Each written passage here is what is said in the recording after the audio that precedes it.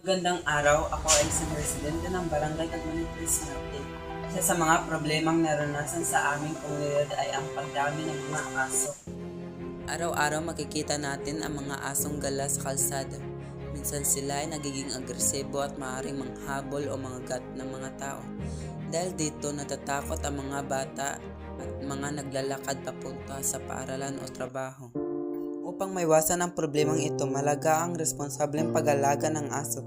Dapat bantayan ng may mga may-ari ang kanilang mga alagang hayop. Sa tulong ng bawat residente at ng barangay, maaari nating mabawasan ang problemang ito at gawing mas ligtas at malinis ang Barangay Cagmanipis Norte.